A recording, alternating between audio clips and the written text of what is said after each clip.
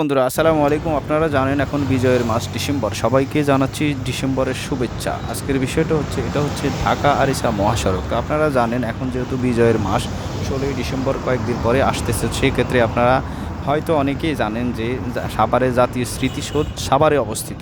সাভারের জায়গাটার নাম হচ্ছে নবীনগর। তো আপনার গাবতলী থেকে শুরু করে নবীনগর পর্যন্ত এটা হচ্ছে ঢাকা আরিচা মহাসড়ক। তো যখন এই ডিসেম্বর আসে তখনকার সময় বিজয় দিবস উপলক্ষে আপনার এই রাস্তাটাকে নতুন করে সাজানো হয়, রং করা হয়। এটা আমাদের রাষ্ট্রীয়ভাবে করা হয়, প্রতি বছর হয়ে আসতেছে। আমার জন্মলগ্ন থেকে আমি দেখে আসছি এবং কি আমি যতটুকু জানি ততটুকু আপনাদের সাথে শেয়ার করার চেষ্টা করতেছি। বিষয়টা হচ্ছে এই রাস্তাটা দুইবারই বছরে সংরক্ষণ করা হয় এবং কি সাজানো হয়, লাইটিং করা হয় খুব সুন্দর করে। একবার হচ্ছে ২৬শে মার্চ, আরেকবার হচ্ছে ১৬ই ডিসেম্বর উপলক্ষে করা হয়।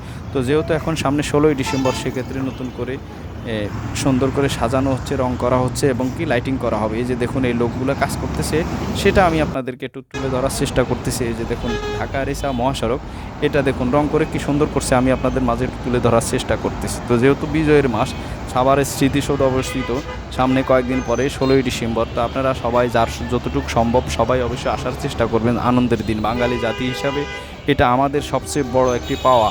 কারণ হচ্ছে কি ৩০ লক্ষ শহীদ, ২ লক্ষ মা বোনের ইজ্জতের বিনিময়ে আজকের এই বাংলাদেশ, এই মানচিত্র এত সহজে আসে নাই। ৯ মাস রক্তক্ষয়ী যুদ্ধের মাধ্যমে এই মানচিত্রটা আমরা পেয়েছি এবং কি স্বাধীনভাবে আমরা দাঁড়িয়ে আছি এদেশে স্বাধীন নাগরিক হিসাবে বুক ফুলিয়ে কথা বলতে পারতেছি শুধু তাদের ত্যাগের বিনিময়ে। তো তাদেরকে আমরা শুধু একদিনের জন্য স্মরণ করব, এটা আসলে ঠিক না। আমরা সবাই চেষ্টা করব তাদেরকে সারা জীবন মনে প্রাণে লালন পালন করার জন্য এবং কি আমাদের ভবিষ্যৎ প্রজন্ম যাতে জানতে পারে যে মুক্তিযুদ্ধ কী জিনিস ছিল, মুক্তিযুদ্ধে মানুষ কতটা খেয়ে না খেয়ে যুদ্ধ করেছে, একজন মুক্তিযোদ্ধা ৯ মাস কীভাবে কষ্ট করে যুদ্ধ করছে। তাদেরকে আমাদের যথাযথ সম্মান দেওয়া প্রয়োজন। তাদের যে সম্মান সেটা আমাদেরকে ফিরিয়ে দেওয়া উচিত এবং কি আমাদের ভবিষ্যৎ প্রজন্মর কাছে সেটা আমাদের তুলে ধরা উচিত।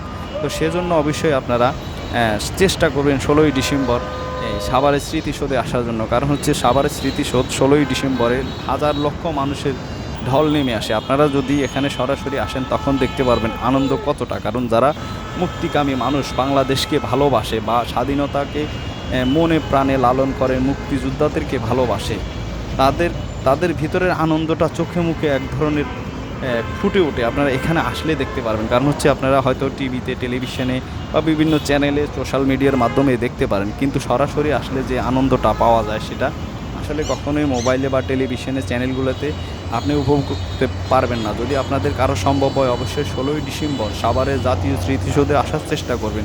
সাভারের স্মৃতিসৌধে আসলে অবশ্যই আপনারা সে আনন্দটা উপভোগ করতে পারবেন, লক্ষ লক্ষ মানুষের আনন্দটা দেখতে পারবেন, তাদের সাথে আনন্দটা উপভোগ করতে পারবেন। এটা হচ্ছে বাঙালি হিসেবে যদি সম্ভব হয় এখানে আসতে হবে। আমি যদি ফ্রি থাকি আমি অবশ্যই যাওয়ার চেষ্টা করব, কারণ আমি যেহেতু সাভারে থাকি সেক্ষেত্রে আমি চেষ্টা করব আমি ১৬ই ডিসেম্বরে সাভারের স্মৃতিসৌধে যাওয়ার জন্য আমি চেষ্টা করব। অবশ্যই আপনারাও আসবেন। কারণ হচ্ছে কি বাঙালি হিসেবে আমরা মুক্তিযুদ্ধকে স্মরণ করতে হবে, বিজয় দিবসকে লালন পালন করতে হবে, তাদেরকে সম্মান করতে হবে। আমাদের ভবিষ্যৎ প্রজন্মের কাছে এই মুক্তিযুদ্ধকে আমরা তুলে ধরতে হবে। ধন্যবাদ সবাইকে।